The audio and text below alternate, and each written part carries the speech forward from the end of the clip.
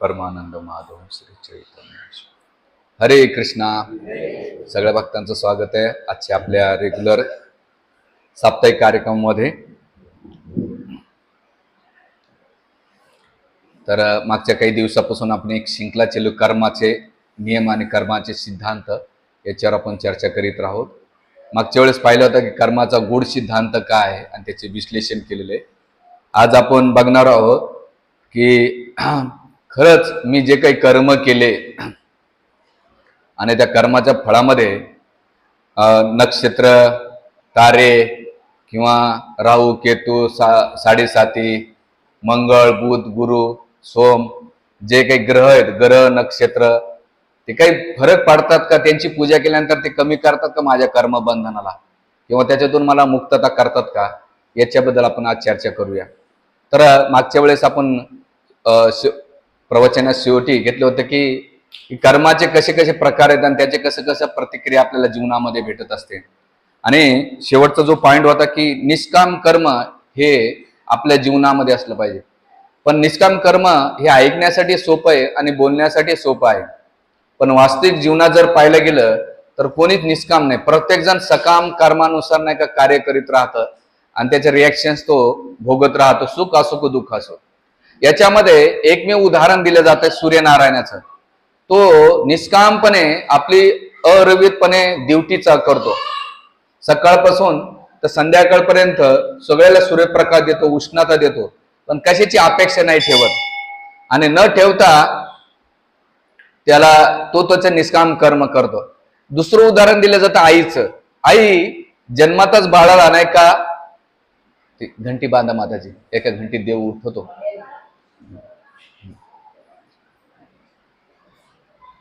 तर आई जेव्हा बाळ जन्माला येत आहे तर 24 तास दिवस रात्र त्याची सेवा करीत राहते, तिची एक काही अपेक्षा नसते, ती अविरतपणे त्याची सेवा करते।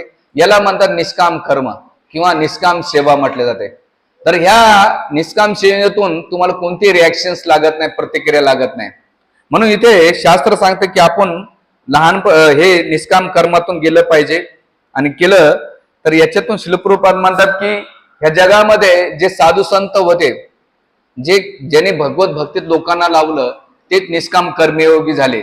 बाकी सगळे कर्म विकर्म अकर्माच्या गोष्टीमध्ये, अकर्म तर नाही म्हणतात, विकर्म आणि कर्मामध्ये तो चक्रामध्ये फसला जातो। मग इथे एक प्रश्न केला जातो, मग प्रारब्ध भोगणे अपरिहार्य आहे का बुवा? का कंपल्सरी प्रारब्धाचा आम्हाला भोगावंच लागतं? काही पर्याय आहे का नाही? याला ऑप्शन आहे का? तर मग पर्यायाचं तर असं म्हटलं जातं की जोपर्यंत प्रारब्ध भोगल्याशिवाय त्याच्यातून कोणाची सुटका नाहीये। जो कोणी इथं जन्म घेतो तो जन्म कशामुळे घेतोय? मागच्या पूर्व कर्मानुसार प्रारब्धानुसार त्याला हे शरीर भेटतंय आणि हे शरीर भेटल्यानंतर इथून तो मुक्त होण्याच्या ऐवजी काय करतो? त्याचे कर्म असं करीत राहतो, त्या कर्मानुसार त्याचे प्रारब्ध फलम बीजम कुटम आणि तो चक्रामध्ये पुन्हा फसत राहतो। आणि ह्या जगामध्ये कोणी राजा असो, रंक असो, काळा असो, गोरा असो, ज्ञानी असो, अज्ञान असो, स्त्री असो, पुरुष असो, लहान मुलापासून तर आबालवृद्धापर्यंत सगळ्याला त्या कर्माचे फळ भोगावे लागतात। म्हणून मोठमोठे व्यक्ती का असे ना, जसं राजा परीक्षित, जसं ते वनामध्ये गेले, वनामध्ये तहानभुकाच्या अवस्थेमध्ये आले आणि शमीक ऋषीच्या आश्रमामध्ये प्रवेश केल्यानंतर त्यांना असं वाटलं की मला कोणतरी पाणी देईन, थोडस जल देईन किंवा अन्न देईल, पण तिथे अपेक्षेचा भंग झाला। त्याने आवाज दिला की बघ कोणी मला थोडस पाणी द्या, पाणी द्या, पण रिस्पॉन्स न भेटल्यामुळे त्याने काय केलं? त्या कुटीच्या आतमध्ये प्रवेश केला आणि तिथे एक मृत सर्प घेतला आणि शमीक ऋषीच्या गळ्यामध्ये टाकून दिला। एक छोटीशी क्रिया आहे, दिसायला पाहिलं तर एक मृत सर्प घेतला आणि रागाच्या भरात सहजासहजी आपण काय करतो? कोणा काहीतरी दोन शब्द बोलून निघून जातो। आपल्याला वाटतं काय बुवा मी तेवढं बोलून गेलो, पण एक छोटीशी क्रिया राजऋषी, आणि हे कोण होते? पांडवांचे नातू, अभिमन्यूचे पुत्र आणि भगवान कृष्णाचे अनन्य भक्त, ज्या भगवान कृष्णाने त्यांना गर्भ अवस्थेत रक्षण केलं उत्तराच्या गर्भामध्ये। एवढे भगवंताचं त्यांचं परीक्षित नाव शब्द का पडलाय की जेव्हा ते आईच्या गर्भातून जन्माला आले तर युधिष्ठिर राजाने त्यांचं नाव ठेवलं ते विष्णुराट। काय ठेवलं? तर विष्णुराट नाव ठेवलं। पण ते सगळीकडे परीक्षण करायचे की ज्या गर्भ अवस्थेमध्ये मी ज्याचं दर्शन घेतलं ते कोणी आहे का, कोणी आहे का? परीक्षण करीत असताना त्यांचं नाव पडलं परीक्षित। अशा सगळ्या ठिकाणी सर्व अवस्थेमध्ये भगवंताला पाहणारे परीक्षित महाराज, ज्यांचं भगवंतान रक्षण केलंय, त्याच परीक्षित महाराजांचं छोटीशी चूक काय झाले की त्याने सर्प घेतला आणि शमीक ऋषीच्या गळ्यामध्ये टाकला. शमीक ऋषीच्या गळ्यामध्ये टाकल्यानंतर ते निघून गेले. निघून गेल्यानंतर त्यांच्या पश्चातापाची भावना पण होती. आणि इकडे शमीक ऋषी आपल्या ध्यान अवस्थेमध्ये भगवंताच्या भक्तीमध्ये तल्लीन होते. पण जे शमीक ऋषीचे पुत्र होते शृंगी, 9 वर्षाचा बालक होता, कच्च्या बुद्धीचा बालक, त्याने काही विचार न करता त्याने काय केलं, त्यांना कोणीतरी सांगितलं अरे तुझ्या वडिलाच्या गळ्यामध्ये कोणी सर्प टाकला. आणि त्याने आपल्या योगी शक्तीनं पाहिलं की हा परीक्षित राजानं नाही का माझ्या वडिलाच्या गळ्यात सर्प टाकला. आणि तक्षक आपलं कौशिक नदीचं पाणी घेऊन काय शाप दिलाय, येणाऱ्या 7 दिवसामध्ये तक्षक नावाचा सर्प दंश करेन, याचा मृत्यू होईल. छोटीशी क्रिया आहे, ध्यानात ठेवा, पण त्याचा दंड आणि परिणाम आणि प्रारब्ध त्याला किती भोगावं लागले. जे भगवंत त्याचं रक्षण करतात, पण तुमचं प्रारब्ध, तुमचे कर्म हे तुमच्या मृत्यूला सुद्धा वाचू शकत नाही. हे आपल्याला महत्वाचं आहे. जे आपल्या अधीन नाही ते भगवंत त्याचं रक्षण करतात. जे आपल्या अधीन आहे, परीक्षित महाराज गर्भाच्या काही त्यांच्या अधीन नव्हतं, पण गर्भाच्या बाहेर आल्यानंतर त्यांच्याकडून ज्या क्रिया झाल्या, भगवंत त्याला काही अजिबात इंटरफेअर नाही केलं की बा आता तू केलंय नाही, तू जी छोटीशी चूक कसं ना. आता जसं आमच्या खेडेगावामध्ये वळई असतात, वळई म्हणजे तुम्ही वर्षभराचं गवत नाही का किंवा कडबा असतो त्याची जनावरांसाठी वळी करतात. तर काय करतात, कधी कधी लोक कपटपणामुळे रात्री जाता जाता माचीची काडी किंवा बिडी फेकून देतात, सकाळी जळून भस्मसात होते. छोटीशी माचीची काडी किंवा बिडी असते किंवा जे काही येणार आहे, पण ते मोठमोठ्या वळईला जळून भस्मसात करतात. त्याच प्रकारे छोटीशी क्रिया तुमच्या मोठमोठ्या जीवनाला बर्बाद करायचं काम करते. कर्माचा आणि प्रारब्धाची रिॲक्शन्स असतात. म्हणून बी केअरफुली इथे सांगितलेले. म्हणून इथे ते म्हणतात की सुटलेला बाण आणि बोललेला शब्द कधीच वापस येत नाही, तसं केलेलं कर्म पुन्हा कधी तुम्हाला वापस येत नाही. तुम्ही म्हणता नाही अरे माझ्याकडून चूक झाली, तर त्याचं रिएक्शन बघून. म्हणून इथे शास्त्र सांगतंय की इथे प्रारब्धवश जे जे लोकांनी कर्म प्रारब्ध केले, कर्म केले, त्याचं फळ तात्कालिक असो काही विलंबित असो ते भेटले गेले. आणि याचं उदाहरण आहे जसं दशरथ महाराजाला कसं वनवासाला कैकेयीने भगवान रामचंद्राला पाठवलं. या उदाहरणातून पाहिलं तर दशरथ महाराजाचे प्रारब्ध काय होते की तेव्हा ते अनमॅरिड होते. तेव्हा त्यांनी श्रवण बाळाच्या प्रती जो अपराध केला, मागच्या वेळेस आपण चर्चा केली त्याची, ही छोटीशी क्रिया केली होती आणि पण ते विसरून गेलं. पण निमित्त कातरून कोणाला धरलं, कैकेयीनं. आणि त्याच कैकेयीच्या 2 वचनामुळे, आता वचन बी कधी ठरले जेव्हा ते युद्धामध्ये कैकेयीने कोणाला मदत केली होती, दशरथ महाराज. आणि दशरथ महाराज एवढे प्रसन्न झाले, म्हटले की तुला जे वरदान मागायचे ते माग. ते म्हटले नाही, मला जेव्हा लागेल तेव्हा मी मागवून घेईन. बघा त्याची पुनरावृत्ती म्हणजे तुम्ही एखादी गोष्ट मागून ठेवतात, पण ती बराबर प्रारब्ध त्या टायमाला काढतात. म्हणून बायकोला आणि स्त्रीला वचन देताना खूप विचार करावा असं शास्त्राचं मत. मी नाही म्हणत बरं आहे असं, कारण ते कधी कधी आपल्या अंगुलट येऊ शकते. असं व्यक्तिगत घेऊ नका, कॉमन प्रिन्सिपल्स बरं आहे. तर त्याने एक काय केलं, 2 वचन.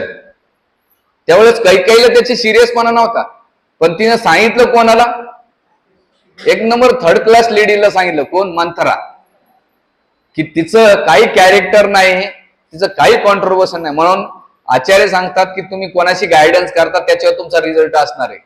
जे लोअर लोकांचं गायडन्स घेतात तर तुमच्या जीवनात लोअरच होऊन जाते, पण हायर लोकांचा जेव्हा तुम्ही गायडन्स घेतात तर तुम्हाला चांगल्या मार्गाला, चांगल्या डिसिजनला किंवा डेस्टिनीला तुम्ही पोहोचू शकतात. म्हणून आपल्या लाईफमध्ये डिसिजन आपण कोणाच्या थ्रू घेतो हे खूप महत्वाचा विषय. आणि ते कैकेयीने मंत्राच्या सांगण्यावरून डिसिजन घेतले.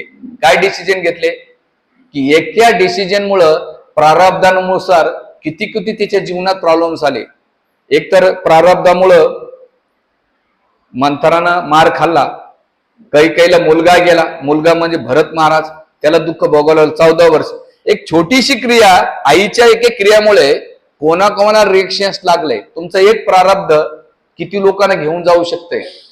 तुम्ही म्हणता असं कसं काय प्रभूजी, उदाहरण देतो. एखाद्या घरामध्ये एखाद्या मुलानं चोरी केली ना, तर पोलीसवाले पोराला नाही नेत, आई बापाला नेतात, बहिणीला नेतात, भावाला नेतात, बायकोला, घरातले जेवढे त्यांना उचलून नेतात. चूक कोणी केली? एकाने केली. ते म्हणा निगेटिव्ह प्रोजेक्ट. पॉझिटिव्ह बघूया. आर्मीमध्ये एखादा व्यक्ती असेल ना तर कॅन्टीनचे सगळे फायदा घेतात. म्हणजे काका, मामा, मावशी, आत्या, चुलत मामा, त्यांच्या बायका, सगळं सगळं कोण कोण कार्ड घेऊन जातं. तुम्ही कॅन्टीनला गेलं ना ते सांगतो मेरे ये फुप्पा का लडका आहे. म्हणजे एक छोटीशी पॉझिटिव्ह असो निगेटिव्ह असो तो त्याला फायदा फळ भेटतं, नुकसान असो. तसंच प्रारब्धानुसार एक छोटीशी क्रिया ती सगळ्याला घेऊन चालते. म्हणून आचार्य सांगतात की प्रारब्ध कैकेल राम आणि मग वनवासाला जावं लागलं. आणि वनवासाला जाताना रामचंद्राने जर पाहिलं, एक श्लोक येतो ह्या श्लोकामध्ये पुढच्या याच्यामध्ये, त्याच्यामध्ये की भगवान रामचंद्राला काहीच माहित नव्हतं. काय होतं की रात्री सांगितलं भाऊ तू उपवास कर, उद्या तुला राज्याभिषेक होणार आहे. आणि सकाळी सकाळी सांगितलं जात आहे की तुला नाही वनवासात जायचंय. म्हणजे एका रात्रामध्ये तुमच्या जीवनात काय पलटी होऊ शकेल. अहो भगवान रामचंद्राच्या जीवनात झालं तर आपण किस खेत की मुली आहे, तुम्ही कस काय अपेक्षा करू शकतात. आजकाल चालू नाही इलेक्शनचं, कोण फॉर्म भरायचा आणि कोणी काढायचा, कोणाचे टेम्पररी परमनंट कोणीच नाही. पण 5 वर्षासाठी किती दुश्मनी, किती हे करतात आणि कोणाचं प्रारब्ध कोणासोबत जाईन माहित नाही. म्हणून सांगण्याचं तात्पर्य की इथं एक मग ह्या दुःखातून भरताला काढण्यासाठी जेव्हा कळालं की चूक माझ्या आईमुळे झालेली आहे, कैकेयीने केलं तर कैकेयीचं रिॲक्शन कोणाकोणाला भोगावं लागलं. कौशल्याला भेटलं, सुमंत्राला भेटलं, त्याच्यानंतर भरताला भेटलं, शत्रुघ्न, लक्ष्मण, सीतामाई. म्हणजे किती कॉज आणि इफेक्ट झाला. एक कॉज केला जातो पण त्याचा इफेक्ट कुठपर्यंत झाला, किती झाला विचार करा. अख्खं रामायण घडलं. आणि म्हणून जेव्हा भरताला हे दुःख झालं त्यावेळेस वशिष्ठ मुनी त्यांच्या सांत्वनासाठी, वशिष्ठ मुनी म्हटले माझ्या आईच्या एका चुकीमुळं, एका प्रारब्धामुळं, का प्रारब्ध होते, तिने 2 वचन मागून घेतले होते आणि ते फलीभूत होण्यासाठी, ते फळ पिकण्यासाठी एवढीशी वर्षी वाट पाहिले. आणि त्यांचं सांत्वन करण्यासाठी वशिष्ठ मुनी एक सुंदर श्लोक म्हणतात. ते म्हणतात सुनौ भरत भावी प्रबला बिलकी कहो मुनीनाथा हानी लाभ जीवन मरण जस अपजस विधी हाता. सुंदर श्लोक आहे. ते म्हणतात सुनो भरत, ऐक भरत. ते काय म्हणतात भावी प्रबल. प्रबल ह्या शब्दाचा अर्थ अरे प्रारब्ध लय भयंकर आहे आणि बिलक कोई मुन नाता, अरे कोणी जाणलं नाही आतापर्यंत. म्हणून ते म्हणतात हानी लाभ जीवन मरण. तुमच्या जीवनात लाभ हानी असो, जीवन मरण असो, जस अपजस, यश असो का अपयश असो, ते काय म्हणतात विधी हाता. तुमच्या जीवनात जे काय असेल तर विधी हातात असते. मी याच्यावर थोडस आणखीन डीप अभ्यास करीत असताना किंवा डीप आत्मचिंतन करीत असताना मला एक जाणवलं की आपण मुहूर्त काढतोत ना, तर जेव्हा दशरथ महाराजाने वशिष्ठ मुनीला सांगितलं की मी जेव्हा माझ्या आरशामध्ये माझे केस पांढरे पाहिले मी आणि मला असं वाटलं की माणसाच्या जीवनाचा भरोसा नाही, तात्काळ आपण काय केलं पाहिजे, युवराज पद गेलं, तर तुम्ही मुहूर्त काढा.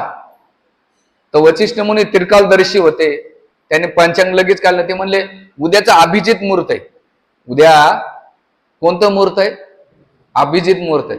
अभिजित या शब्दाचा अर्थ काय की त्याला कोणी पराजित करू शकत नाही, तो जिंकू शकतो. असं मुहूर्त कोण काढलं? वशिष्ठ मुनीने काढलं. आणि बघा म्हणजे एक मुहूर्त सुद्धा तुम्हाला टायमावर मदत करू शकत नाही. आजकाल लग्न लावतात ना 12:30चा टाइम आणि 3ला लग्न लागतंय. माझ्या मित्राच्या बहिणीचं लग्न किती वाजता लागलं असेल? 4:55 लग्न लागलं संध्याकाळी. सगळे देशभक्त नाचत होते. हा बजाव बजाव. तो बिचारा ढोल पिटू पिटू पिटू. आणि उन्हाळ्याचे दिवस सगळं अख्खं वराड उपाशी मेलं. अर्धे नेहमी निघून गेले. लग्नाच्या वेळेस केवळ 5-25 लोक होते. नंतर काय झालं मला माहित नाही, कारण मी संपर्कात नाही त्याच्या बऱ्याच वेळा. म्हणजे सांगायचं मग अरे जर तुम्हाला तुमचं लग्न तमाशाच मांडायचं तर मुहूर्त काढतात कशाला? तर विचार करा, रामचंद्राचं एक मुहूर्त काढलं, त्या मुहूर्तामध्ये थोडीशी गडबड झाली तर भगवान रामचंद्राला वनवासाला जावं लागलं. आपण सरास मुहूर्त तोडतो तर आपल्या जीवनात काय होणार आहे? भगवंताला प्रकृतीचे नियम, भगवंत प्रकृतीचे नियम फॉलो करतात. तर तुम्ही आम्ही कोण आहेत? म्हणून शास्त्र सांगताय इथं की प्रारब्धामध्ये यश अपयश असं विधी हात आहे, सगळं विधिलिखित आहे. आणि मग विधीनुसार ते तुमच्या जीवनात जे काही होतं ते आपण समजलं पाहिजे. म्हणून इथे शमीक ऋषी आणि याच्यामध्ये जर परीक्षित महाराजांच्या जर गोष्टीमध्ये पाहिलं तर दोघांचा काहीच प्रॉब्लेम नाही, तिसऱ्यालाच प्रॉब्लेम झालाय. कैकीने चूक केली पण रिएक्शन सगळ्याला लागलं. ह्या दोघांना प्रॉब्लेम नाही, पण प्रॉब्लेम कोणाला झाला? तिसऱ्याला झालेला आहे. आणि त्याचं रिएक्शन कोणाला लागलं? सगळ्याला लागलं. आता त्याच्यातून तुम्हाला निगेटिव्ह घेतलं तर तुम्ही निगेटिव्ह बघणार, पण पॉझिटिव्ह काय? कैकेमुळे राम घडले, लंकेला नाही का रावणाला आणि मग ते सगळे हनुमानजी भेटले सगळे. त्याला त्या अँगलनं पाहिलं तर ठीक आहे. परीक्षित महाराजांच्या जीवनात निगेटिव्ह पाहता, अरे त्याच्या जीवनात असं झालं तसं. पॉझिटिव्ह पाहिलं तर काय होईल? अरे श्रीमद भागवतम पाहिलं. तसंच आपण प्रारब्धाला आपल्या जीवनात जर कसं पाहतो त्याच्यावर आपले प्रतिक्रिया असणार आहे. आपण त्या प्रारब्धाला चांगल्या गोष्टीतून पाहिलं तर आपण शेफ जीवनमध्ये येतो. पण आपण त्याच प्रारब्धाला निगेटिव्ह पाहिलं तर आपण काय करू? आपल्या जीवनातल्या सगळ्या चुका, यश अपयश, मान अपमान, जय हानी, जय लाभ, या सगळ्या गोष्टी आपण दुसऱ्याला थोपू किंवा आपण नाही का नेहमी रडत बसू. म्हणून विचार आपले स्वतःवर डिपेंडंट आहे की आपण त्या प्रारब्धाला कसं फेस केलं पाहिजे. म्हणून इथे ते म्हणतात की प्रारब्धानुसार प्रत्येकाला जर पाहिलं तर कोणाला यश कसं भेटतंय बघा. कैकेयीने चूक केली आणि पण याच्यात कैकेयीचं जर पाहिलं, कैकेयीची हिस्ट्री पाहिली तर कैकेयीने, आता म्हणतो प्रभूजी एवढे डीप मध्ये का चालला, तर तत्व खूप महत्वाचं समजून घेणं. कैकेयीचं सगळ्यात जास्त प्रेम कोणावर होतं? रामचंद्रावर होतं. आणि रामचंद्राचं जास्त प्रेम कोणावर होतं? कौशल्यावर नव्हतं, कैकेयीवर होतं. दोघांचं एवढं प्रेम होतं. तो म्हणतो प्रेमाचं काही प्रमाण आहे का? प्रमाण आहे. जेव्हा सीतामाई रामचंद्र लग्न करून आले त्यावेळेस सुनमुख असतं ना, आपल्याकडे सुनमुख म्हणतात, मोदक आहे हिंदीमध्ये मला माहित नाही, सुनमुख असतंय. त्या सुनमुख मध्ये काय द्यायचं? तर दशरथ महाराजांचा सगळ्यात जास्त महल असलेला कनक भवन नाही का कैकेयीने कोणाला देऊन टाकला? सीतामाईला देऊन टाकला होता. कोणता? आज बी तुम्ही जाताना अयोध्येला तर कनक भवन आहे तिथं पाहण्यासाठी. किती जण गेले तुमच्यापैकी अयोध्येला? हात वरती करा. मागच्या वर्षी, या वर्षी पुन्हा यात्रा चालली आपल्या अयोध्येला. तर कनक भवन देऊन टाकलं. आणि ते कनक भवन एवढं प्रेम होतं. पण प्रेम त्या याचं जर पाहिलं, त्या प्रेमामध्ये थोडीशी चूक, तिचं अख्खं जीवन अपयश नाही का. तिला रामायणामध्ये आतापर्यंत कोण्या स्त्रीचं नाव कैकेयीने सुमित्रा नाव ऐकलंय? सुमित्रा नाव ठेवलेलं पाहिलं. माझ्या मामीचंच नाव सुमित्रा. कौशल्य बी ठेवलेलं, कैकेयी कोणी ठेवलेलं नाही भाऊ. मी विदगावला राहतो, तिथे एक नगरसेविकेचं नाव होतं लंकाबाई. तिच्या नवऱ्याचं नाव होतं पोपटराव, आडनाव हगवणे. लंकाबाई पोपटराव हगवणे. तुम्ही ऐकलं ते नगरसेवक होते. किती लोकांना माहित आहे? हो ते सुमित्रा जाऊ, त्यांचं नाव आपल्या लक्ष्मणाच्या आईचं महत्वाचं आहे. ह्या राजकीय लोकांचे नाव काय घेतात? ठीक आहे. तर सांगण्याचा मुद्दा की तिला अख्खं रामायण वाचताना तिचं जर पाहिलं गेलं तर विलन करून टाकलं तिला. पण भगवंत जेव्हा एखादा ड्रामा करायचा असा, रोल करायचा असेल, तो आपल्या जवळच्या भक्ताला ज्याच्यावर जास्त प्रेम करतात ना त्याच्याकडून ते कार्य करून घेतात. कारण भगवंताला माहित होतं की सुमित्रा आहे आणि कौशल्य आहेत, ह्या अपमानाला किंवा ह्या निंदाला सहन नाही करू शकत. ह्या अपमानाला निंदाला सहन करण्याची ताकद कोणाला असेल ते ती कैकेयीला असेल. म्हणून भगवंत ज्याच्यावर प्रेम करतात, आपण लिहितात ना वाचना, जो आवडे सर्वांना तोच आवडे. किती लोकांना देवाला आवडत आहे सांगा बरं? असं वाटतं की देवानं मला आवडावा, कोणी नको म्हणतं बाबा. कोणालाच आवडायला नको, कारण की उद्या आपलाच नंबर लागायचा काय. सांगण्याचा मुद्दा असा आहे इथे की शेवटीपर्यंत तिला खलनायकची नाटिका ड्रामा भेटला. पण ते भेटल्यानंतर आज बी शेवटपर्यंत तिला कलंक, अपमान, जननिंदा सहन करावं लागली. पण याच्या विरुद्ध जर पाहायला गेलं तर सगळ्यात महत्वाचं, तिचं सगळ्यात मोठं कॉन्ट्रीब्युशन जर काय असेल तिच्या निंदामध्ये, याच्यामध्ये, तर भगवंतांना समाविष्ट जे कर्म आहे ना त्यासाठी तिला कारणीभूत धरलं. समाविष्ट कर्म म्हणजे काय? लोक कल्याण अर्थ कोणाला तरी तुम्हाला नाही का वाईटपणा घ्यावाच लागतो. जर कैकेयीनं शाप दिला नसता, वरदान मागून घेतलं नसतं तर भगवान रामचंद्र गेले नसते. आणि रावणाचा वध झाला नसता. पण थोड्याशा क्रियामध्ये जर पाहिलं, तिचा प्रारब्धामुळे एकाला भोगवला, पण त्याचा परिणाम किती झाला. म्हणून कर्माची गती आहे ना, कर्माना गहना गती. कर्म कोणाला समजू शकत नाही. चांगले भले भले व्यक्ती याच्यामध्ये भरमीत झालेले. मी हा अभ्यास करताना मी विचार करत होतो की याला हे कशा मुद्द्याला उलझायचं, असं बघावं का तसं बघावं, ते बघावं. पण प्रेझेंट करण्याचं काम आहे. पण आपल्या जीवनामध्ये हे प्रसंग आले तर त्यावेळेस आपल्याला कोणत्या अँगलनं पाहता, हे खूप महत्वाचा विषय. म्हणून इथे ते म्हणतात की सगळ्यात महत्वाचं की भगवंताने कोणाला यशाची वाटेकरी केलं आणि कोणाला अपमानाचा वाटेकरी केलं. आणि सगळ्यात महत्वाचं याच्यामध्ये एक पाहायला गेलं तर भगवान राम आणि भगवंताला भरपूर काही मित्र घेतले गेले, तर ते हे झाले कर्म. म्हणून इथे आपल्याला इथं म्हणतात की लाभ आणि जीवन मरण जेच अपयश विधीच्या हातात असल्यामुळे एक शब्द खूप महत्वाचा आहे. प्रत्येकाच्या पूर्वकर्मानुसार जगाच्या सारेपाटावर परमात्मा त्यांना निरनिराळ्या भूमिका पार पाडण्यास उपयोगात आणतो. भगवंत कसं आहे, सारीपाटाचा खेळ आहे. तर भगवंत काय करतात, त्यांच्या सारीपाट्याच्या खेळामध्ये कोणाला खलनायक, कोणाला नायक, कोणाला नायिका, कोणी हिरो हिरोईन सगळे रोल निभावतात. ते रोल निभावताना असं नाही समजलं पाहिजे आता उद्यापासून मी काही वाईट कर्म केले म्हणजे भगवंत करून घेता. नाही, चांगले कर्म भगवंत करून घेता, वाईट कर्म आपण करतो. एक पहिले क्लिअर असणं महत्वाचं आहे. आणि त्यासाठी इथं मग याच्यामध्ये 3 प्रकार येतात. आता कसे येतात, हे कसं भेटतात कर्म, तर ते सांगतात की प्रारब्धाच्या मिळण्याचे फळ निश्चित असतो, पण याच्यामध्ये 3 गोष्टी खूप महत्वाच्या असतात. पहिली गोष्ट आहे स्वतःची इच्छा, दुसरी गोष्ट आहे दुसऱ्याची इच्छा, आणि तिसरी गोष्ट आहे तिसऱ्याची इच्छा.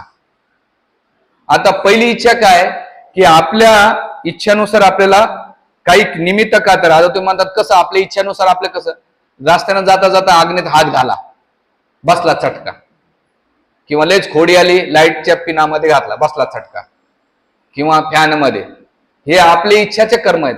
आता तुम्हाला शास्त्रामध्ये याचं काय आहे ना, शास्त्रामध्ये याचं सुंदर उदाहरण आहे. कसं आहे की पांडवांनी युधिष्ठिर महाराजांनी काय केलं होतं, एक इच्छा केली होती की जेव्हा वेदव्यास त्यांना भेटले आणि ते वेदव्यास भेटल्यानंतर ते वेदव्यासाने सांगितलं की तुला महाभारतामध्ये तुला निमित्त करून मोठा संहार होणार आहे, काय संहार होणार आहे, आणि तू त्याला निमित्त धरला जाणार आहे. त्यावेळी युधिष्ठिर महाराज काय वचन घेतात की मी याच्या पुढे माझे स्वतःचे काही डिसिजन घेणार नाही, माझे वरिष्ठ जे सांगते त्याचं मी फॉलो करेल. ही प्रतिज्ञा त्यांनी घेतली. त्याने अंग झाटण्याचा प्रयत्न केला, पण प्रकृतीला त्यांना निमित्त करायचं ठरवलंच होतं. आणि मग हे ठरल्यानंतर जेव्हा शकुनी आणि दुर्योधनाचं तुम्हाला सगळ्या डिटेल्स माहिती आहे, तर येणे प्रकारे यांची प्रॉपर्टी कशी आहेत, तर जुगारासाठी आमंत्रण दिलं. आणि जुगारासाठी शकुनी आणि दुर्योधनाने सांगितलं तुम्ही सांगा वडिलांना. कोणाला, धृतराष्ट्र सांगितलं जा विदुरला सांग, आणि विदुर गेले आणि सांगितलं की धृतराष्ट्राची राजाची इच्छा आहे की तुम्ही जुगार खेळा. पण याच्या पहिले त्यांनी वचन काय घेतलं की जे माझे गुरु सांगते, वरिष्ठ सांगते, मी फॉलो करतो. आणि आता माझ्या वरिष्ठांनी जुगार खेळायला सांगितलं, एखादा काय म्हटलं असता मी नाही खेळणार, याच्यात विध्वंसच होणार आहे. पण गुरुची इच्छा, वरिष्ठांची इच्छा, पण स्वतःची इच्छा पण त्याच्यात इन्व्हॉल्व केली. आणि स्वतःच्या इच्छामुळं काय झालं, त्या जुगारामध्ये सगळं हारले. त्याच्यापर्यंत त्यांच्या स्त्रीला हरावं लागलं. त्याच्यानंतर गुलाम झाल्यानंतर 14 वर्ष, आपले 13 वर्षे अज्ञातवासामध्ये जावं लागलं. विचार करा. पण तुम्ही जर कधी डिसिजन घ्यायचं आणि कधी नाही घ्यायचं, म्हणून महाभारतामध्ये आपल्या रामायणामध्ये 5 प्रश्न विचारले सीतेबद्दल. ही निर्णय सीतेने निर्णय घेतले, तुम्ही दुसऱ्याला दोषी कस काय देतात. पहिला निर्णय कोणाचा होता, सीतेचा. कस काय निर्णय होता की मी वनात येणार हट्टानं. भगवान रामचंद्र म्हटले नको येऊ, कौशल्या माताजी सांगत होते सगळे सांग, पण नाही म्हटले मला याच, चला. पहिला हट्ट धरला. दुसरा हट्ट काय धरला की हरिण पाहिजे. भगवंत म्हटले, लक्ष्मण म्हणतात नाही, की या जगामध्ये भगवंतानं सृष्टीमध्ये हरिण नावाचा प्रकारच बनवला नाही, आपलं सोन्याचं हरिण. पण नाही, मला हरिण पाहिजे. दुसरं डिसिजन. तिसरे डिसिजन काय झालं, भगवान रामचंद्र गेले, लक्ष्मण थांबले. तिथे गेल्यानंतर जेव्हा त्या मारीसनं लक्ष्मणाचा आवाज काढला आणि लक्ष्मण सांगत होते की भगवंताला कोणी असं करू शकत नाही, पण सीता काय डाऊट घेते, कदाचित तुम्हाला माझा भोग घ्यायचा आहे म्हणून तुम्ही माझ्याजवळ थांबले. वाघबाण खूप डेंजर असतात, म्हणून आपण सांभाळताना बोलताना खूप काळ, तुमच्या शब्दामुळं कोणाला किती आघात होऊ शकेल याची कल्पना नाही. तिसरे डिसिजन काय घेतलं तिने स्वतः. लक्ष्मण जे सांगत होते की नाही वहिनी तरी गेले, पण चौथं डिसिजन काय झालं की मी जातोय पण तुम्ही ही रेखा आहे ना ती वलांडू नका. 4 डिसिजन घेतले आणि 5वं डिसिजन काय घेतलं, सगळ्यात शेवटी की बाबा लवकुशचा जन्म झाला आणि मग भगवंत म्हटले तुझे काय कर, तू पवित्र आहे की नाही ते तू प्रगट कर. तिनं काय डिसिजन घेतलं सीतादेवीनं की धरणी माते मी भगवंत रामचंद्राला सोडून कोणाचा विचार की मी एकमेव त्यांना आश्रय घेतलेला आहे, मला धरणी माता जागा दे. आणि शेवटी ती भूमीमध्ये झाले. मग सीतेमध्ये जे जे काही आलं जीवनामध्ये तिचे डिसिजन होते. मग डिसिजन हे तुम्हाला कुठे घेऊन जातं. आणि गुरु स्वतः भगवंत सांगत होते, गुरु सांगत होते, पण कोणी ऐकलं नाही. सीता साक्षात लक्ष्मी देवी स्वतःच्या डिसिजन असं होतंय.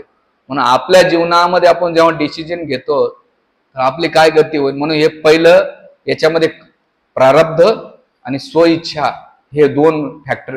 दुसरं आहे परिच्छाकृत, म्हणजे दुसऱ्याच्या इच्छानुसार चालणार. धृतराष्ट्राचं उदाहरण घेऊया. धृतराष्ट्रानं सांगितलं आणि सगळे सांगत होते खेळू नका, पण धृतराष्ट्राच्या सांगण्यावरून काय केलं, त्यांना दुःख भेटलं. काय, जुगारामध्ये पुन्हा आणखीन लाक्षागृहामध्ये जाळण्याचा प्रयत्न केला, त्यांची संपत्ती हडप करण्याचा, त्याला मारण्याचा प्रयत्न, विष देण्याचा प्रयत्न केला. दुसऱ्या पर्सन पासून आपल्याला त्रास होणार आहे. म्हणून ते म्हणतात ते तर महाभारतात. आपल्या जीवनात काय, आपल्या जीवनामध्ये एकतर आपले आई वडील, बहीण भावंड, ज्याचं लग्न झालं त्याची बायको किंवा नवरा, ते नाही झालं तर मुलं, ते नाही झालं तर ऑफिस मधला बॉस, कोण ना कोणी तुमच्या आजूबाजूला नमुने लोक वाटून ठेवलेले प्रकृतीनं, जे तुम्हाला नेहमी दुःख देऊ शकतात. म्हणून इथे शास्त्र सांगतंय की हे सगळं दुसऱ्याच्या इच्छेनुसार होतं. म्हणून आपल्याला काही दोष भावना, दुसऱ्याला आग लावण्याची जी बुद्धी सुचते आणि दुसऱ्याची इच्छामुळे आपल्याला प्रारब्धानुसार काय होतंय, दुःख भोगावं लागतात. जेव्हा आपल्या दुःख जीवनात घडतंय तर समजायचं त्यावेळेस अनालाइज करायचं, हे माझ्यामुळं होतंय त्या दुसऱ्यामुळे. मागच्या वेळेस मी 3 उदाहरण दिले होते. कोणते? प्रारब्ध, कर्म आणि स्वभाव. तर पहिली इच्छा, पहिल्या गोष्टीमध्ये स्वभाव येतो, दुसऱ्या याच्यामध्ये काय होतात, कर्म येतात, आणि तिसरी गोष्टीमध्ये प्रारब्ध येतो. आणि याच्यामध्ये तिसरी गोष्ट आहे अनिच्छाकृत, म्हणजे तिसऱ्यापासून भेटणारं दुःख किंवा इच्छा नसताना तुमच्या जीवन येणारे दुःख. जसं परीक्षित महाराजांनी इच्छा केली नव्हती की माझ्या जीवनात दुःख आहे, पण शृंगीनं काय दिलं, त्यांच्या जीवनात इच्छा नसतानाही दुःख दिलं. त्याच्यानंतर दुसरं उदाहरण आहे, मी जेव्हा विचार करत होतो तर कोणतं उदाहरण आहे, भागवतामध्ये इंद्रद्युम्न महाराज नाही का एका वनामध्ये बसले होते, जंगलामध्ये तपस्या करण्यासाठी बसले, भगवान विष्णूची आराधना करीत होते. म्हणजे दुनियापासून दूर जंगलात बसले होते, भगवंताची पूजा करत होते. नेमकं लांबून अगस्त्य मुनी जात होते आणि त्यांनी अगस्त्य मुनीला पाहिलं सुद्धा नाही. ते आपल्या भक्तीमध्ये तल्लीन होते. पण अगस्त्य मुनीला काय वाटलं, राजा मला पाहून न पाहिल्यासारखं करतो, आता मी याला काय करतो, शाप देतो. काय शाप दिला, हत्ती होय. आणि तेच पुढच्या जन्मामध्ये कोण झाले, गजेंद्र झाला. म्हणजे तुमचं घेणं देणं, वाजवा रे वाजवा, आ बैल मुझे मार, इच्छा नसताना सुद्धा तुमच्या जीवनात. आता इंद्रद्युम्न महाराज म्हटले असते, मुनी माझं काही ध्यान नव्हतं आणि तुमचं काय, मी तुम्हाला शापाचा प्रतिशाप करू शकलो असतो. पण त्याने त्यावेळेस काय म्हटले, कदाचित भगवत इच्छा आहे आणि मी त्याचा स्वीकार केला पाहिजे. म्हणून इथे आता तुम्ही म्हणता प्रॅक्टिकली जीवनामध्ये कसं आहे, तर तुम्हाला मागच्या पावसाळ्यामध्ये आपले एक भक्त होते, त्यांच्या स्टेटसला मी फोटो पाहिलं. एक मोठे पोलीस अधिकारी, माझ्या नाशिकला जळगावला घटना झाली, ते रस्त्यानं पावसाळ्याच्या सीझन मध्ये जात असताना त्यांच्या व्हॅनवर एक मोठं झाड पडलं आणि त्याच्यामध्ये ते पोलीस अधिकारी वारले मागच्या वर्षी. रस्त्याने तुम्ही जातात, कोणतरी तुमच्या गाडी अंगावर घातली, किंवा कधी कधी तुमच्या अंगावर एखादी गायीनं ठोकर दिली, किंवा कधी कधी टू व्हीलरवरून तुम्ही इच्छा नसताना सुद्धा तुमच्या जीवनामध्ये जे काही डिफिकल्टी येतात, एखाद्याचा चुकून ब्रेक तुटला आणि तुमच्या अंगावर धडकला, तर हे इच्छा नसताना सुद्धा तुम्हाला नाही का काय झालं, हे कर्माचे फळ भोगावे लागतात. आणि म्हणून महाभारतामध्ये जेव्हा ब्रह्माजीनं सृष्टी केली होती, सृष्टी केल्यानंतर कोणी मरत नव्हतं. तर ब्रह्माजीला वाटलं जर एवढी सृष्टी केली तर इनबॅलन्स होईल, कसं करायचं, याला मूर्ती उपाय. तर मूर्तीदेवा म्हटले की नाही, मी कोणाला कारणीभूत होत नाही. तर ब्रह्माजीनं 12 कारण दिले कोणाला मूर्ती, की तुला कोणी कारणीभूत ठरवणार नाही या जगामध्ये. लोक बघा मेल्यानंतर मूर्तीला कारण ठर, कदाचित त्याचा हार्ट अटॅकने मेला, आज कोणतरी मेलं रात्री बुवा हार्ट अटॅकनं मेला, कोणी ऍक्सिडेंटनं मेला, कोणी कशानं मेला, कोणी फूड पॉयझननं मेला. किती कारण, मूर्तीला कोणी कारणीभूत ठरतं का? कारण ठरू शकत नाही. ब्रह्माजीने त्याला हे दिलंय, वरदान दिलंय की तुला कारणीभूत कोण, दुसरंच कारण भेटणार आहे. म्हणून इथे इच्छा नसताना सुद्धा आपल्याला, म्हणून याच्यासाठी हे कशासाठी होत आहे इच्छा नसताना, तर आचार्य क्लिअर करता याच्यामध्ये आपल्या कामना. आता ही व्याख्या ध्यानपूर्वक ऐका बरं. आपल्या कामना, वासना, अगर प्रीती, द्वेष यांच्या आहारी जाऊन जे क्रियामान कर्म करतो त्याला ते पुन्हा क्रियामान संचित जमा होऊन पुन्हा पुन्हा पुढील जन्मामध्ये, ह्या जन्मामध्ये प्रारब्ध भोगावा लागतो. म्हणून या 3 गोष्टी त्याच्या जीवनामध्ये होतात. एकदा रिपिटेशन ऐका.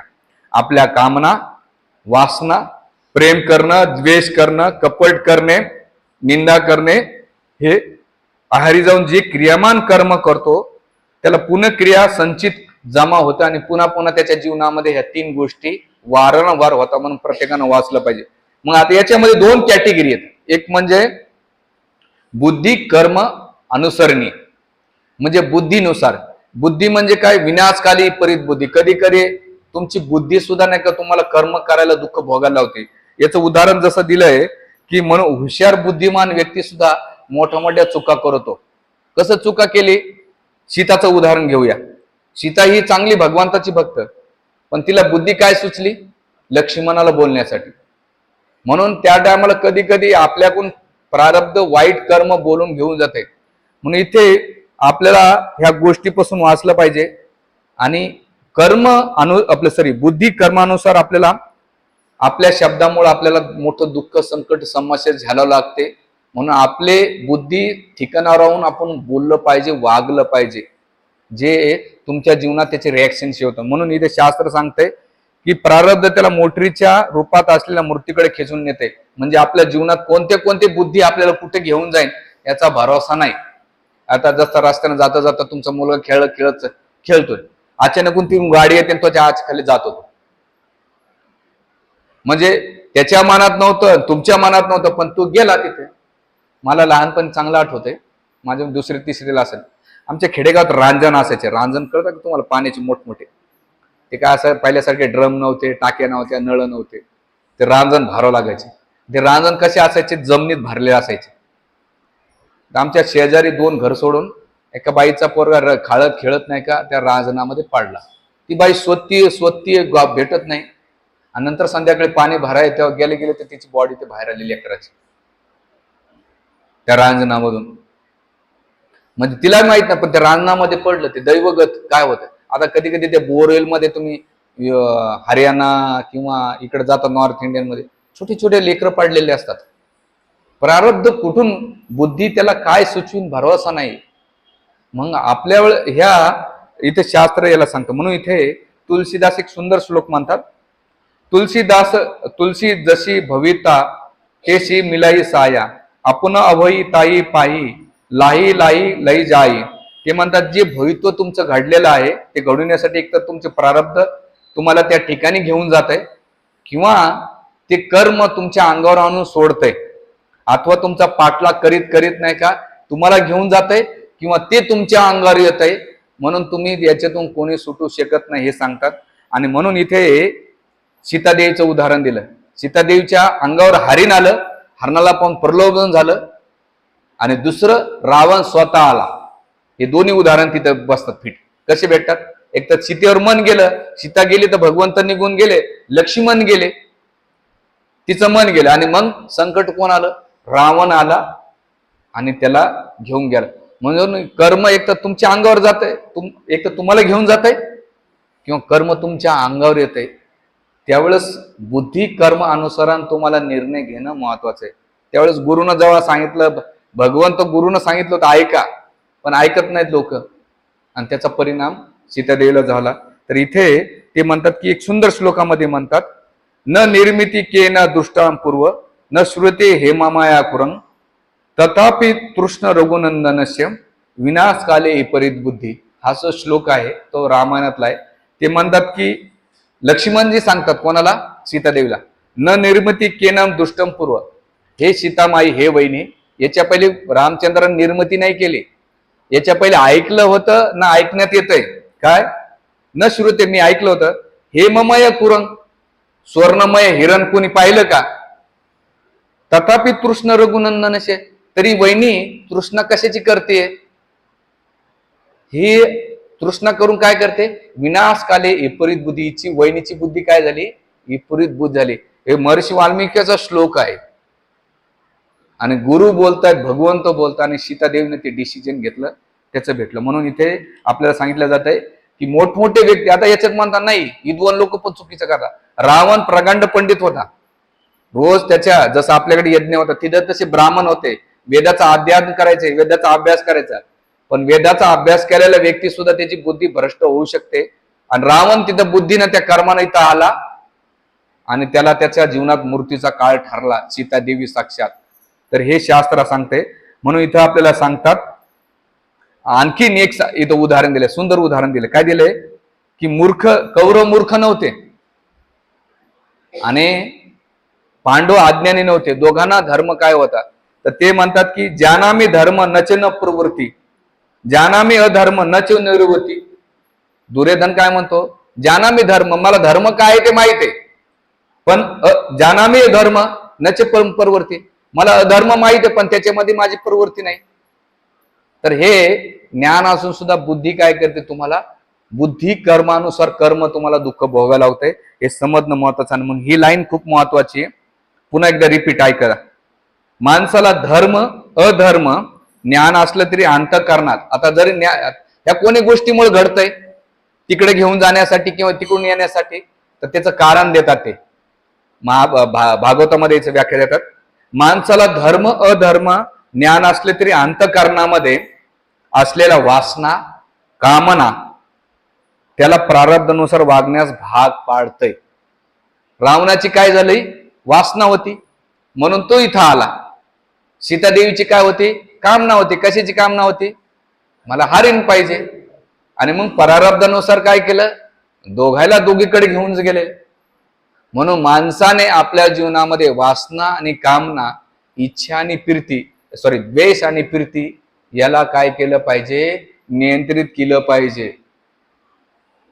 नाहीतर आपल्या इच्छा आणि कामना आणि वासना कुठे घेऊन जाते काही सांगता येणार नाही. हे आपल्याला, म्हणून इथे आता तुम्ही म्हणता ना, आणखीन याच्यामध्ये कॅटेगरी दिली त्यांनी. एक दिलेलं आहे बुद्धी कर्म अनुसरणी, पण याच्यामध्ये काय कॅटेगरी दिलेली आहे? कर्म बुद्ध्या अनुसारणीम. याच्यात आता तुम्ही हे शब्द जरा क्लिष्ट आहेत संस्कृतचे, पण ते म्हणतात की ज्याची बुद्धी जेवढी आहे त्यानुसार तो कर्म करतो. याच्यामध्ये 3 कॅटेगरी पाडतात ते, सत्वगुण, रजगुण आणि तमोगुण. जर तमोगुणाचा व्यक्ती त्याच्या कर्मानुसार त्याच्या बुद्धीनुसार कार्य करतात, तर तमोगुण कोण? हे अतिरेकी लोक असतात ना, तर ते स्वतः मारतात आणि दुसऱ्याला मारतात. तमोगुणाची बुद्धी घेऊन त्याला त्या बुद्धी कर्मानुसाराला घेऊन जातात. म्हणून तमोगुणातून त्याला आपली बुद्धी कोणत्या लेवलला आहे आपल्याला चेक करणं महत्वाचं. दुसरी बुद्धी आहे रजगुणाची. रजगुण कसा? त्याच्या 2 गोष्टी, आता पैसा आणि कामवासना. माझ्या इंद्रियांना कसं संतुष्ट भेटल आणि त्यासाठी सगळे मेले तरी चालते. खाणं पिणं, सेक्स करणं, पैसा कमवणं याचं टार्गेट आहे. त्याच्या त्या रजगुणामुळे त्याला त्याचं दुःख भेटत राहते, तमोगुणासर भेटते. आणि सत्वगुणाची बुद्धी जशी जशी असेल सत्वगुणासर तसे कर्म भेटतात. म्हणून हे कर्म बुद्धी अनुसार आपल्या जीवनात सत्वगुण, रजगुण आणि तमोगुण ते काय करतात? आपल्याला 3 गोष्टीकडे घेऊन जातात, त्या कर्माकडे घेऊन जातात. मनुष्याने, मग तिथे सांगतात आचार्य, मनुष्याने तमोगुण, रजगुण आणि रजगुणावरचे सत्वगुणातून कर्म केले पाहिजे. सत्वगुणातून विशुद्ध सत्व कर्म केले पाहिजे. आणि विशुद्ध सत्वामध्ये कोणतं कर्म केले पाहिजे? वासुदेव तत्व कर्म केले. आणि वासुदेव तत्व कर्म म्हणजे काय माहितीये का? भगवंताची भक्ती केली पाहिजे, तर त्या कर्मातून सुटू शकतं. अन्यथा रजगुण आणि तमोगुणाचे कर्म आणि सत्वगुणाचे कर्म, सोन्याची चेन बांधा लोखंडाची बांधा, चांदीची बांधा, ती चेनच ती हातकडीच असणार आहे, त्याच्यातून कोणी सुटू शकत नाही. तशा कर्माच्या तिन्ही गाठी या तुम्हाला बंधनच म्हणून आपल्याला याच्यातून वाचलं पाहिजे. आणि म्हणून ते सांगतात की सगळ्यात महत्वाची बुद्धी जर कोणती असेल, सात्विक बुद्धी, आणि त्याच्यामध्ये व्यावसायिक बुद्धी. व्यावसायिक म्हणजे एक एक गुरुनंदन, माझ्या जीवनात दुसरं कोणी नसलं पाहिजे, भगवंत शिव. आणि म्हणून इथे खूप सुंदर व्याख्या दिलात. व्याख्या पुन्हा एकदा ऐका, प्रत्येकाची व्याख्या सुंदर दिली. प्रारब्ध भोगताना बुद्धी कर्म अनुसारणी असते. तुमचे प्रारब्ध भोगण्याला अनुरूप अशी बुद्धी तुम्हाला सुचते, तशी नवीन क्रियामान कर्म करतात. कर्म बुद्धी अनुसारणे म्हणजे कर्म बुद्धीला अनुसारते. तुमची बुद्धी सात्विक असेल तर सत्वगुणाचे फळ तुम्हाला प्राप्त होतील.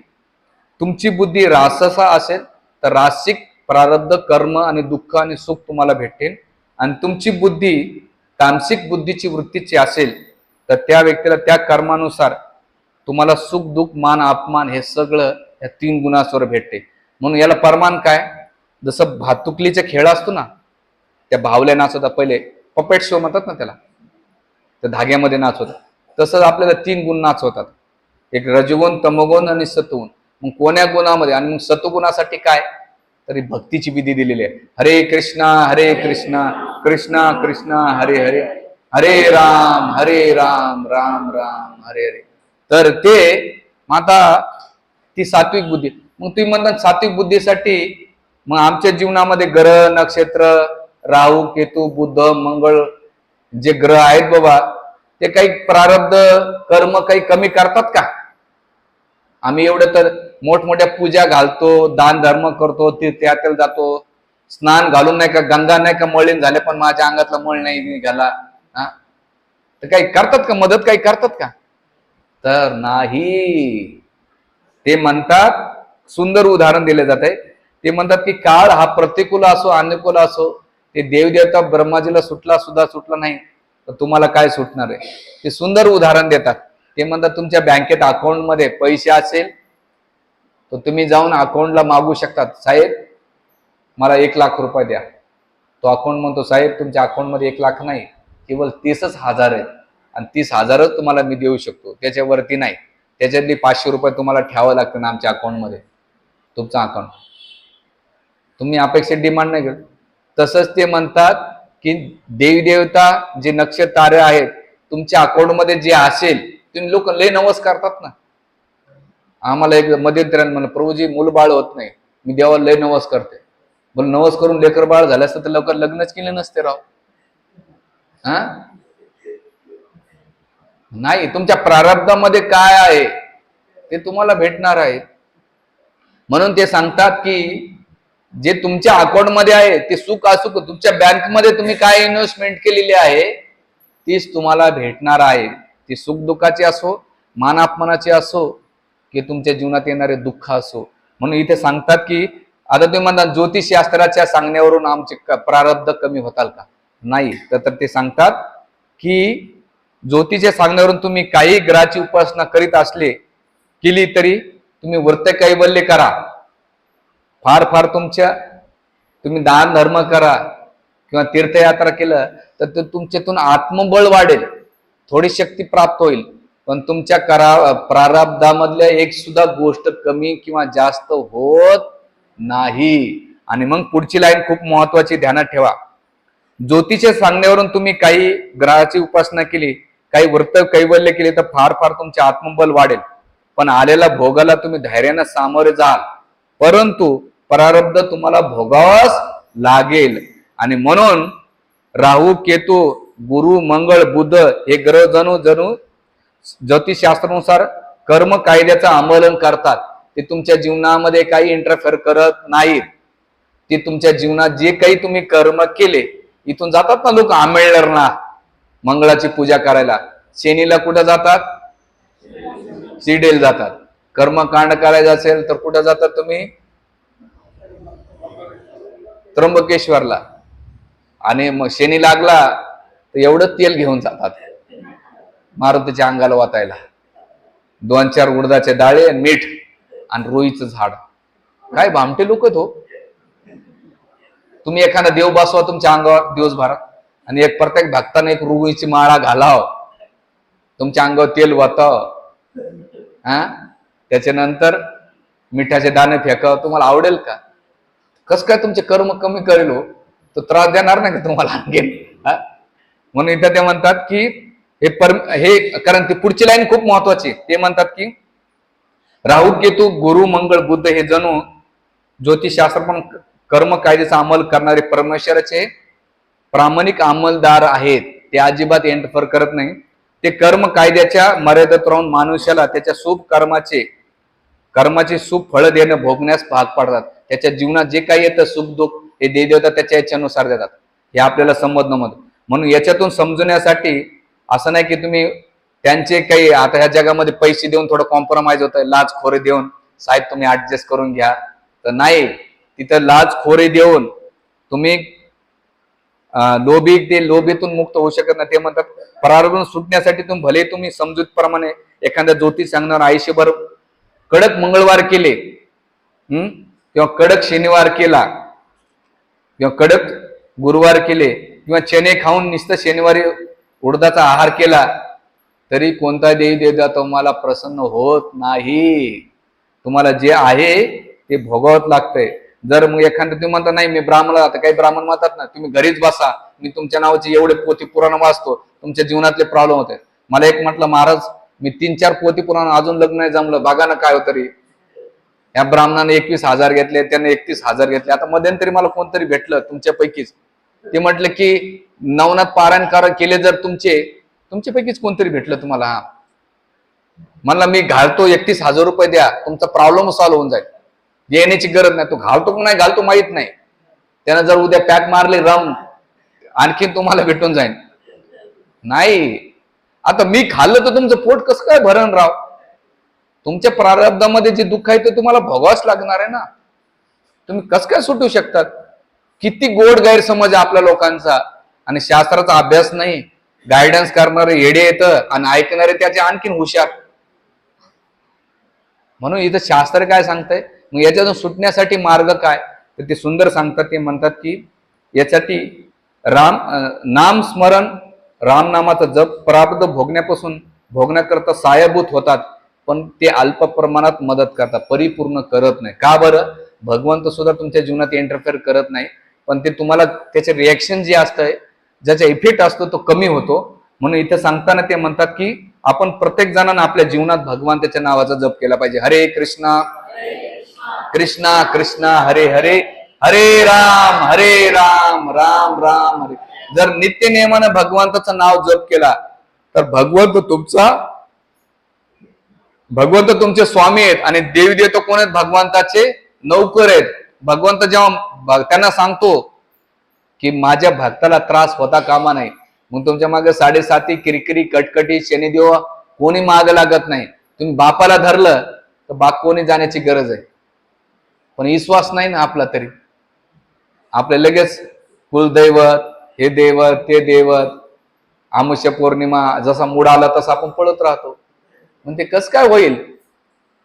म्हणून आता तुम्ही म्हणता यातलं कसं करायचं, तर त्यासाठी काही पथ्य पाणी येत. ते असं नाही घ्या पथ्य पाणी म्हणजे नुसतं जप करून नाही. तुमच्या घरात मशीन चालतात ना, श्रीराम जय राम जय जय राम, आणखीन वेगळ्या वेगळ्या मशीन असतात, पण त्या मशीनला काही फरक पडतो का? नाही पडत. तसे काही मशीन फिरतात. का बरं? पथ्य पाणी पाळत नाहीत. जेव्हा पथ्य पाणी पाळतात तर त्या मनुष्याला फायदा होतो. त्या मशीन सारखं जर तुम्ही केरत बसले आणि पथ्य पाणी नाही पाळले, इकडे अंडे बी खाल्ले, चिकन बी खाल्लं, इकडे जप बी करतो, कांदा लसण बी खातो, चहा बी पितो आणि जप करतो, जोपर्यंत पथ्य पाणी पाळणार नाही तोपर्यंत. आणि मग पथ्य पाणी काय, त्याची लिस्ट दिलेली आहे. आता ती ऐका ध्यानपूर्वक.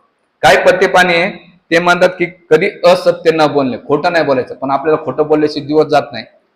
म्हणजे सकाळचा नाश्ता खोटं बोलल्याशी पचतच नाही. दुपारा पचन होण्याच्या पहिले भूक लागण्यासाठी खोटं बोलावं लागते. पहिलं पथ्य. दुसरं पथ्य काय, कोणाची निंदा नाही करायची. सत्य बोलल्यानं काय होतं, असत्य बोलल्यानं आणखीन प्रारब्ध वाढतात. म्हणून पथ्य पाणी पाळल्यानं पहिलं पथ्य खरं बोला. दुसरं आहे निंदा न कर. निंदा केल्यानं काय, त्याचे पाप डोक्यावर येतात, त्याचे प्रारब्ध आणखी भोगावं लागतात. हे दुसरं पथ्य. तिसरं पथ्य स्वतःची आत्मस्तुती किंवा बळायकी नाही मारायचं. मी काय डिंग्या मारल्या, मी असा आहे, मी तसा आहे. तरी तुमच्या अंगडिंग्याचा परिणाम काय होत आहे, तुम्हाला दुःख भोगावं. तिसरं आहे कोणतंही व्यसन न करणे. त्याच्यामध्ये विडी, सिगरेट, तंबाखू, चहा, कॉफी सगळं बंद. त्याच्यानंतर परधन किंवा परधनाची किंवा अभिलाषा न करणे. हे पण की दुसऱ्याचे 10 रुपये मला कसे भेटतील, किंवा त्याचे कसे मला साडी भेटन, किंवा त्याच्याकडून मला काय भेटल, नाही, अभिलाषा नाही ठेवायची. कारण तुम्ही त्याची वस्तू घेतात ना, त्याचे कर्म सुद्धा तुम्ही सोबत घेतात. कारण तो देताना काही तुम्हाला प्रेमान नाही देत, बोट मोडवून तोडवून कसं तरी घ्या बाबा कसं. आता मध्यंतरी एका खासदारांना साड्या वाटल्या होत्या अमरावतीच्या, त्या सगळ्या बायाने त्या पारदर्शक साड्या होत्या, होळी केली, तिला सगळ्या शिव्या घालत बसल्या होत्या. एखादा म्हणून कस काय झालं बाबा, तूच केलं ना प्रारब्ध. दुसऱ्याचं धन तुम्हाला तसं रिॲक्शन देणार आहे. त्याच्यानंतर पर स्त्रीला माते समान मानणे आणि परपुरुषाला भाऊ किंवा वडील मानणे, हे पण भावना महत्वाचं आहे. हा, आजकाल ऑफिसमध्ये असतात ना, बघ किती हॉट येतो किंवा ती किती हॉट आहे. अरे तुझा हॉट नाही का, यमदूत नाही का, तिथे हॉट करतात. आणि यम लोकांमध्ये जे असं परस्त्री गमन करणारे असतात ना पुरुष, त्यांना स्त्री गरम केलेल्या लोहाला चिटकल्या जात आहे, स्त्री असो पुरुष असो. हे तिथं 28 नरकापैकी नरकाचं वर्णन श्रीमद भागवतामध्ये. त्याच्यानंतर आपल्या नाम जपाची कोणताही वाच्यता न करणे. मी लय एवढा जप करतो की माझा असा जप आहे, माझ्या जपामुळं नाही, म्हणून आपल्याकडे बिडब्या का दिल्या जाते की तुम्ही त्याच्यात जप करायला पाहिजे. कोणता जप? हरे कृष्णा कृष्णा कृष्णा हरे हरे, हरे राम राम राम. आणि सगळ्यात शेवटचं मोठं पत्त आहे, मी लय मोठा भगत आहे, माझ्यासारखा मोठा वैरागी किंवा महामंडलेश्वर आचार्य महंत माझे लय चेले चपाटी आहेत. नाही, तुम्ही चेले चपाले करता तर त्यांचे रिएक्शन तुम्हाला भोगावं लागते. किंवा लय मोठा भगत आहे, लोकांच्या नजरेत बांधतात पण भगवंताच्या नजरेत. हे पत्ते पाणी, आणि सगळ्यात मोठे पत्ते पाणी 4 सांगितलेले इथे. कोणते? नशापान नाही, जुगार नाही, अवैध स्त्री संग नाही, त्याच्यानंतर मांसाहार न करणे, जे 4 दिले. हे पत्ते पाणी जो पालन करील तरच या कर्मातून तो कुठंतरी सुटू शकेल. आणि तेव्हा हे नियम पालन केल्यानंतर तुम्ही जो जप करणार आहात तो इफेक्टिव्ह आणि प्रभावशाली होतो. आणि जेवढा इफेक्टिव्ह आणि प्रभावशाली होईल तेवढा त्या कर्माचे रिएक्शन्स असतात ना, एवढे हाय टेम्पोमध्ये, ते हळूहळू कमी होतात. म्हणून आपल्याला हे करणं महत्वाचं आहे. आणि हे नाही केलं तर ते सुंदर सांगतात की एक कवी म्हणतात, आता हे कवीचे वाक्य ध्यानपूर्वक आहे का. जप करता झिजले मनी, काय कथा ऐकता फुटले कान, तरी न होईने ब्रह्मज्ञान. काय? जप करता झिजले मनी, कथा ऐकताना फुटले कान, तरी न होईने ब्रह्मज्ञान. दगड पाहता वाई फुलं, तुळशी पाहता तुडी पान, नदी पाहता करी स्नान, तरी न होई ब्रह्मज्ञान. तुम्हाला आली कविता लक्षात? काय लक्षात आली? जप करता झिजले मनी, कथा ऐकता फुटले कान, तरी न होई ब्रह्मज्ञान. दगड पाहता वाई फुलं, तुळशी पाहता तुडी पान, नदी पाहता करी स्नान, तरी न होई ब्रह्मज्ञान. कोणी सुटत नाही. आणि पुढच्या लाईन मध्ये ते म्हणतात, ते जर नाही केले, पत्ते नाही पाळले, तर कृपा तर सगळ्यावर आहे. शेवटचं 2 वाक्य सांगून मी एंड करतो. ते म्हणतात की नाही जर केलं तर कुत्रे, मांजरे, गाढवे, घोडे इत्यादी पशु, पक्षी, किडा, मुंगी, कीटक हे कुठे राम नाम घेतात, तरी भगवंत त्यांना त्यांच्या पूर्वकर्मानुसार त्याला दुःख भोगावं लागतंय. त्यांची कृपा आहे, पुन्हा त्या चक्रामध्ये ते फसतात. म्हणून तुम्हाला मनुष्य जीवन भेटलंय तर त्यासारखं कशाला वागतं, त्याच्या बाहेर या. आणि ते म्हणतात यासाठी एक जबरदस्त पत्ते सांगतात. शेवटचं काय सांगतात? मी हरीचा दास, हरी माझा रक्षक, जे जे हरी करिले ते ते माझ्या हिताचे, दृढ धरी हा विश्वास. असं संत तुकाराम महाराज म्हणतात. काय म्हणतात? मी हरीचा दास, हरी माझा रक्षक, जे जे हरी करील ते ते माझ्या हिताचं, दृढ धरा हा विश्वास. जे जे भगवंत माझ्याशी जीवनाशी काही काही करते ते ते काही माझ्या जीवनात जे काही होईल, मी भगवंताचा सेवक आहे, भगवंत माझे स्वामी, माझ्या जीवनात जे काही होईल ते भगवंत करते. आणि याचं सुंदर उदाहरण काय? ते म्हणतात की त्याचं नियंत्रण करण्याचा भक्तियोग सायाभूत होते आणि तुम्हाला त्याच्यातून मदत करून नाही का त्या प्रारब्धातून सुटण्याचे. आणि मग याचं सुंदर उदाहरण काय, पांडवांचं. पांडवाने कधी तक्रार कंप्लेंट नाही केली की माझ्या जीवनात एवढे प्रॉब्लेम्स येतात. भगवंता तुम्ही सोबत राहतात पण एक प्रॉब्लेम सॉल्व्ह नाही करत राह. कारण त्यांनी भगवंताला काय म्हटलं, ते भगवंताचे सेवक आहेत आणि भगवंत त्यांचे कोण आहेत, स्वामी आहेत. जे जे करतील ते काय होते त्याने धूड केलं आणि भगवंताने काय केलं, त्या संघर्षातून कुठे नेलं, सफलतेकडे नेले. म्हणून हे पांडवांचं आपल्या जीवनात उदाहरण ठेवायचं. आणि हे केल्यानंतर आपण नाही का, पण याच्यात आता याच्यासाठी त्यांनी पथ्य आणखी सांगतात, धर्म अधर्म. पांडवांना धर्माचं तत्व शेवटपर्यंत पालन केलं म्हणून तेव्हा त्या प्रारब्धातून ते सुटले. पण तुम्ही हे करताना जर अधर्माचा सहारा घेतला तर त्याची रिएक्शन्स काय येतात. आणि मग धर्म काय अधर्म काय त्या प्रारब्धातून सुटण्यासाठी त्याची चर्चा आपण येणाऱ्या काळामध्ये करू. आणि ते करण्यासाठी पुढच्या वेळेस गीतेचा 12वा अध्याय वाचा. जर ते कॅटेगरीमध्ये बसायचं, पांडवांच्या कॅटेगरीमध्ये, तर भगवंत म्हणतात की माझ्या कॅटेगरीनुसार बसायचं असेल तर मी जे माझ्या तुझ्यानुसार नाही चालत, तुझ्या मनानुसार नाही, तर मी जे सांगतो ना ते फॉलो केलं तर तू याच्यातून सुटतशील. आणि मग त्यासाठी कोणता दिलेला आहे, तर गीतेचा 12वा अध्याय वाचायचा. त्याच्यामध्ये भगवंताने त्यांच्यासाठी लागणारी नियमाची लिस्ट दिलेली आणि त्या लिस्टमध्ये तुम्ही एकदा पडले मग तुम्हाला कळेल की त्या प्रारब्धातून तुम्ही कसे सुटका होऊ शकते. त्याची चर्चा आपण येणाऱ्या काळात करू. हरे कृष्णा हरे कृष्णा.